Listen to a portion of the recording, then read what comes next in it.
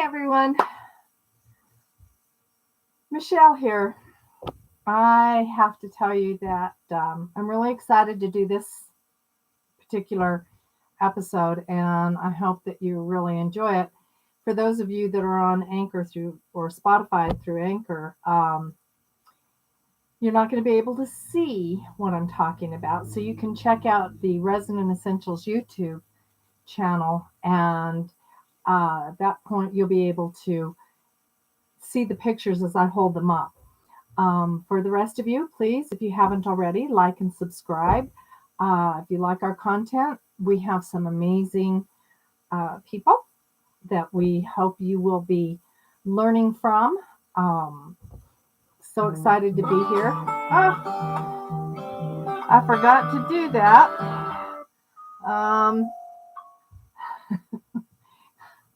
That was a surprising phone call. I apologize. I don't think anybody realizes that I work on Mondays at home. They do know I work at home, but they don't realize that I'm doing this right now. I apologize for not having our Friday normal session. Some personal things came up and I had to take care of some business. So I thank you for that, kindness and understanding. So last week we talked about, is it training or is it discipline? And for those of you that didn't really get to watch that episode as yet, please feel free to go back and do so, but I'll be brief and give you a little update here.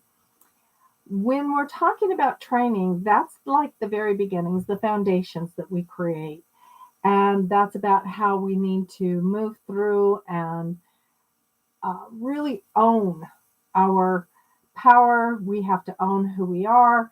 We need to go through and catch the training as we can, and we study and we train under various practitioners. We learn all about what we're doing. So if you're a healer, you may have started off with Reiki, but you go into massage or you go into acupuncture or healing for touch or Traeger, Aston repatterning. There is a myriad of different benefits that you can get from just taking that one step. I do a lot of vibrational healing. I work with my spirit team. I've done that for years. So yeah, Max is up to say hello. He missed me. I was gone earlier, running errands on my day off. So anyway, yeah, it is a training at that point. And when it becomes our discipline, it's when we become more than proficient at it. Now, I'm going to tell you that I've got 3 examples to show you. And the reason I wanted to show you guys these examples is because I want you to know exactly what I mean by how important it is to train. If you're doing this work, it's one thing to take a weekend channeling class and then you stand up and I can channel. I can even channel cannabis plants. I can channel crystals. I can channel this. I can channel that. And that's marvelous. Maybe you can. I don't know. My point is that when we do this, we commit to this work full and completely. So it's not a weekend course. It's many courses over a lifetime of training and studying. I'm taking a class with a friend of mine this weekend. She's a very gifted person. I hope to have her on so that you guys can get to meet her and her work. Her name is Susan Zumo. When I first met her, she was one of the first people that came into the center, and she was looking to hold classes and do different things. She is a Somapai practitioner. I think she was also started with Reiki. I'm going to have to clarify that with her, so don't hold my feet to the flame. She teaches perceptive awareness technique, and she does this. She can do it online.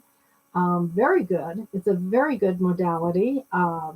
No conflict or interest with my own psychic development courses that I teach, or mediumship, or any of the things that I work with. But there's just that much more learning. And the more you care to learn, the more you care to get involved with, the more then that you commit to, the more you're going to be able to give out to others. The more that we give out to others in a truthful and ethical way, the more spirit gives back to us in the way of information. They don't want you out there touting information that isn't true. Um, they won't have any. Um, they don't want to participate in that. They want you to work ethically and cleanly and with as much commitment. So, what I'm going to show you is 3 different practitioners that I work with that I am so blessed and honored. And I'm going to tell you a little bit about each one of them, but I'm going to show you different pictures. Now, I had 2 of Brother Francis's. One of my first one that I got from him, pardon me, but it was a while back, and I filed it when I was organizing in a stack that I had promised myself I was going to get frames for these, and I haven't done so yet because I filed it and I haven't been able to find it. It slipped my mind. This kind of thing. Max, you're going to have to get down. Okay, thank you. Go to bed. Go on, go to bed. Get in your bed. Go on, in your bed. Anyway, so we'll start with Brother Francis first. Now, this is what, I hope you can see this. The glare is, I'm going to try to angle this. Okay, that's better. This is what he calls, and now the words, where are you, Brother Francis? I need your help. Channel it to me. I am celestial drawings. Okay? Now, I'm going to tell you that when he did this, he gives you a reading. Now, I don't know. I'm going to get this a little closer. You can see there's some symbols in here. He gives you a complete reading. Now, is this supposed to be my face? Under most of his work, yes. But that's not the face that was superimposed. I have a spirit teacher, Teresa Diavola, and I'm going to show you something. He had no idea about my relationship with Teresa.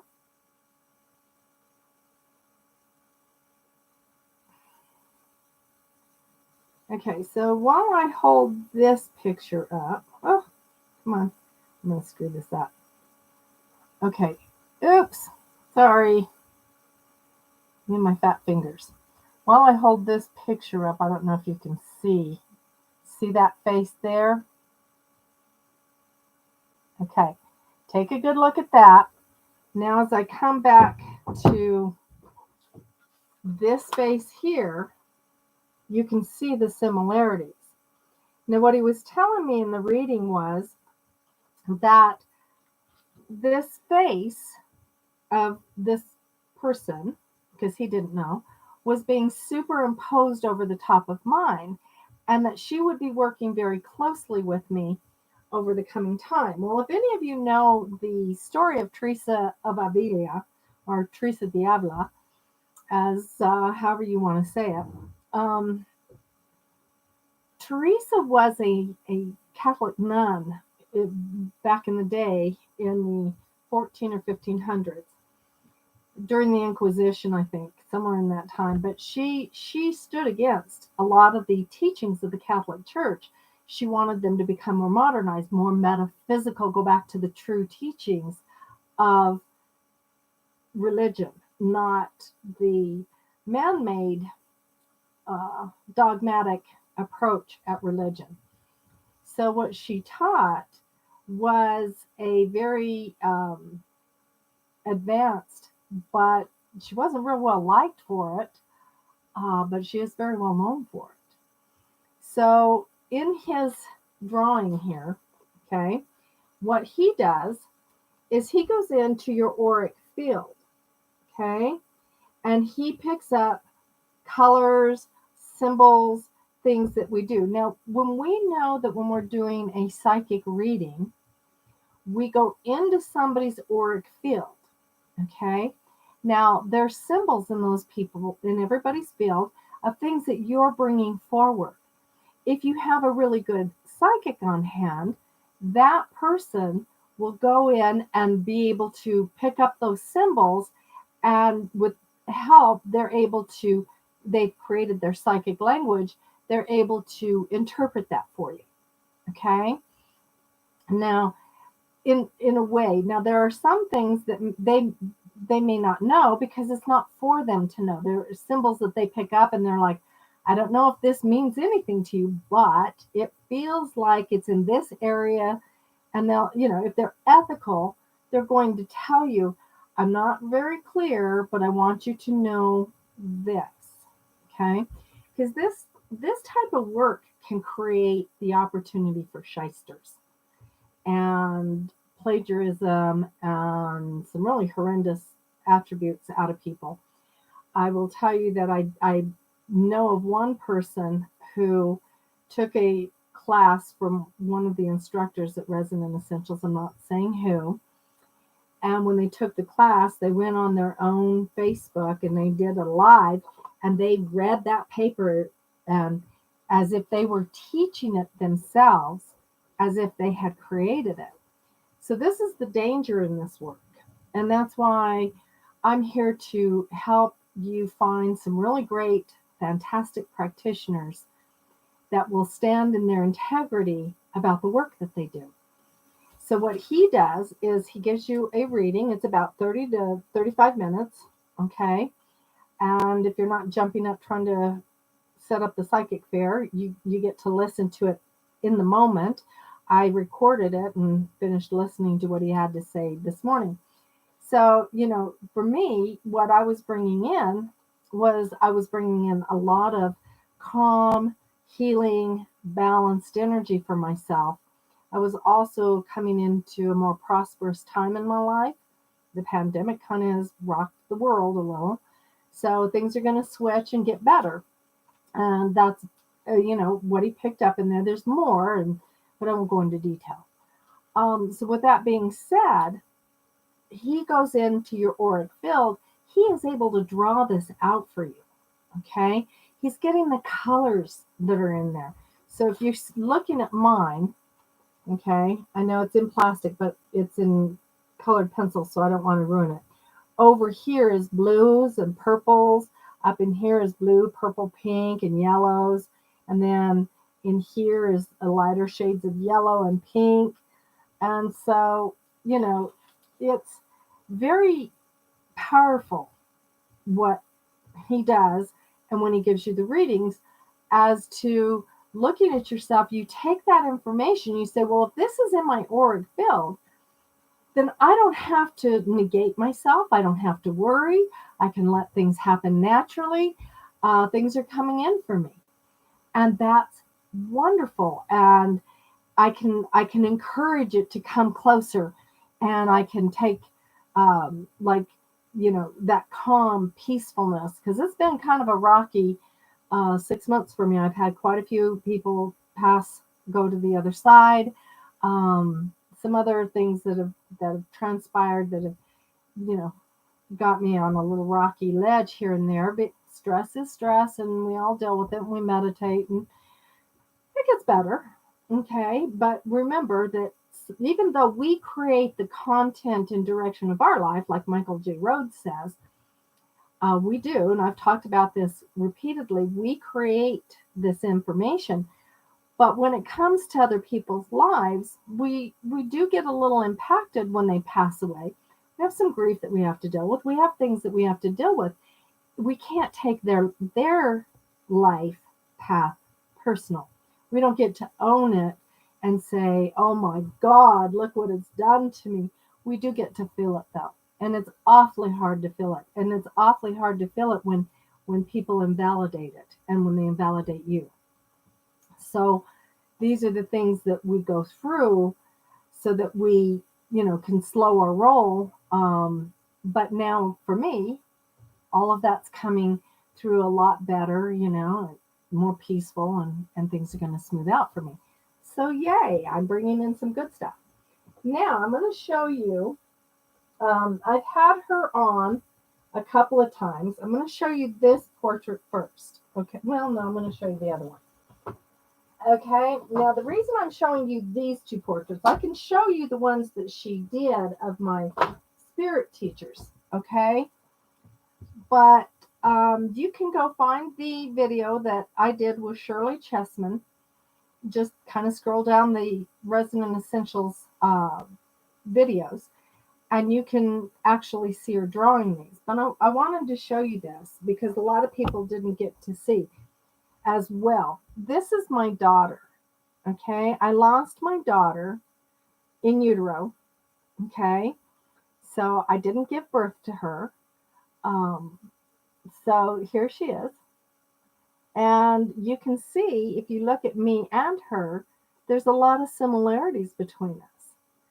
Well, people are going to say, well, that's real easy for her to have done because she just looked at you. And it's like, but you don't understand. She did not know that I had lost a daughter in utero. And she told me why this daughter was coming through. Now, Cheyenne and I talk about her, we call her Amelia, because we like the name. And she is there to help me bring other children from the other side to talk to their parents. And the more I heal my son's death, the one that passed away at the age of 34, the more I'm able to connect with children and not have that heartstring yank that I once did. And I'm recovering from that aspect. So here is Amelia. Now, the next one I'm going to show you, again, she did it on the video, is my grandmother. Now, why am I showing you my grandmother?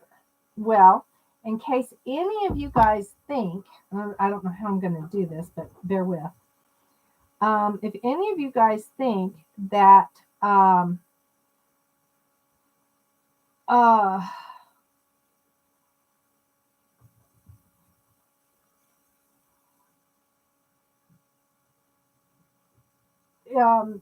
trying to bring up the picture. Nope, sorry.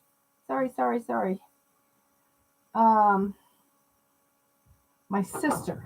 Okay, so here is my sister. I hope you can see that. Her, let me see if I can get her without the glare. And my grandmother. Okay, now she has never met my sister. Shirley lives in the UK. Okay, I met her through my friend Audrey, who is a marvelous medium, and I have worked with her. She helped reopen me again to where my mediumship started coming back through. With my son, it was like, okay, my mediumship took a turn for the lockdown and went into lockdown. But you can see there's absolutely no way she had met my sister, and yet she still drew my grandmother. Okay, now when she's doing this kind of work, she is working very closely, and I mean closely, with her spirit team. And when she's working with her spirit team, they're helping her. They're letting the person in from the other side to give a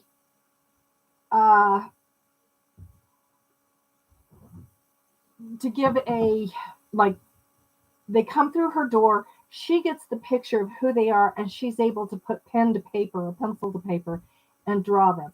She also does it in acrylic. She paints. She's absolutely stunning. So therefore, sorry about this. When she is doing it, she is doing a very personal connection. She is right there trying to bring you in the reading that you need from the people. Now, she usually gives one spirit teacher from one, either your guide or one of your spirit team. Like she brought in Raven and Alexander. I actually got two because there was the situation of me We had a internet dysfunction, so I actually got two, so I got blessed. I know. Well, I have to love doing this work. So she goes in and she says these things, and when she works on it, she goes in and she absolutely, without a doubt, gives you the reading. She gives you the information. She makes the drawing, but she is in working with her spirit team. This didn't develop overnight. This is not a gift everybody can do. I don't care if you're artistic or not. I don't care. I don't care if you're a medium or not. Okay? Not everybody can do spirit portraits because that's not their discipline. They can train in it. I'm not saying they can't do it at, better. I could never, I can't draw a stick figure. So if I can't draw a stick figure, it would seem really silly for me to go out of my way trying to do something as wonderful as what Shirley does. Now I can give a reading I can have your person come in and I can have work with them and tell you what they're doing or what's going on and help you work through their grief, any grief or whatever the situation is, but I can't draw them. Okay. I might get a picture of them, but again, stick figures are my forte. So it really takes a very talented person who can do this in short order, because this isn't something that takes, your mind off oh, I just have nothing to do, so I'll be able to knock out 3 drawings in 30 minutes, 40 minutes. It takes time to develop because she's listening as well as when she's drawing. So what she does is very personal and very powerful. And again, training created her discipline. Now, the third example of spirit portrait that I'm going to offer you, well, I've got one right up here. I forgot to get it down. Is Elizabeth Persapio. I've got 2 of hers, so I'm going to show you both of hers. This doesn't look anything like it, but I'm going to see if I can't I'm going to use the bigger lens. Can you see the pictures in the eyes? Can you see how powerful that is, what she puts into this picture and all the things that she puts in? Now she gives you a reading also. Now I'm going to flip this and I'm going to let you see it from this angle, and you get a whole different, there's other information that comes through. Okay? So when she does a reading, she gives you what's going on. Now I'm going to show you that there's 2 that I had done with her. One of them was right after my son died. I was in deep, deep mourning. And ironically, Elizabeth is also the person that I called when my son passed away and said, Elizabeth, I know he's going to go to you. If you hear from him, please let me know what he has to say. I was stumbling in grief, and she wrote it all down and delivered it to me. So when I had this one done, if you look, let me see if I can get the eyes there. Do you see the tears in the eyes? Right. Let me see if I can get this right there. That's, that crying was very much a part of the mourning. But in here is so much, the information that she gave me. Here I am with my third eye, and I'm going through the layers. I don't know if you can see these layers up here, all the way up to the triangle. I break through and I go through because I'm here for something more than just being a mom of a dead kid. Okay. I'm here to do my work, and she wanted to bring healing to me. So when she gave me this one, or she did this one for me, she talks about every aspect. And when she had gotten to this point, she said, they're telling me you're really active here, and the fire is going to light up. Well, yay, because I've recovered enough that I can start writing my books that I work with Teresa Diavola with. And here's this one. You can see offering another whole nother layer. But again, my third eye is very active. It's really in there. So when we do these types of work, what they're telling us is who we are, how we are, and who's there to help. So in all of this, excuse me, we talk about our gifts of spirit. We talk about being mediums, but we also don't talk about the fact that we could be a trance medium. Okay, so Audrey, years ago, let me backtrack. Years ago, when I was training in the church, I was supposed to be trained as a trance medium. Unfortunately for me, they quit teaching on that level when I got there. There was disruption and chaos ensued, and they lost the ability to bring somebody in to teach trance. So I was supposed to come in there, and it wasn't supposed to be chaos, and I was supposed to be trained as a trance medium. Well, Audrey sat me down and she said, I think I'm going to do a trance class. You interested? Because she was over here from the Yorkshire, and I said, absolutely, let's do it. She was so amazing. She did the trance class, but she also sat and demonstrated trance. Not only did she do that, but she did table tipping. And I'm telling you, I never ran around a room so fast after a TV tray. It had to be wooden. It was all wooden. I never ran so fast after a TV tray. I never ran after a TV tray. But we were literally tipping this table all the way on its side, so it was like this. The legs were down here, and it was on the tips of the edge of the leg, just like it went from standing on the ground to literally like that, and back up again. Audrey hasn't been back, and I'm hoping that she's going to be able to start coming back over here soon enough. But that's another specialty. That's another training to become disciplined in that arena. These are the things that we really miss out on. These are the things that people want to do, but they won't sit. So since she taught that class, she taught it in 2019, and I have been sitting for trance ever since. Now, when Brother Francis, unbeknownst to him, did this portrait, what this also told me is that I will be bringing Teresa in through trance eventually, which is awesome because she has some very powerful words to talk about. She has some really engaging information. She knows how the church was supposed to be all the way to how it is now.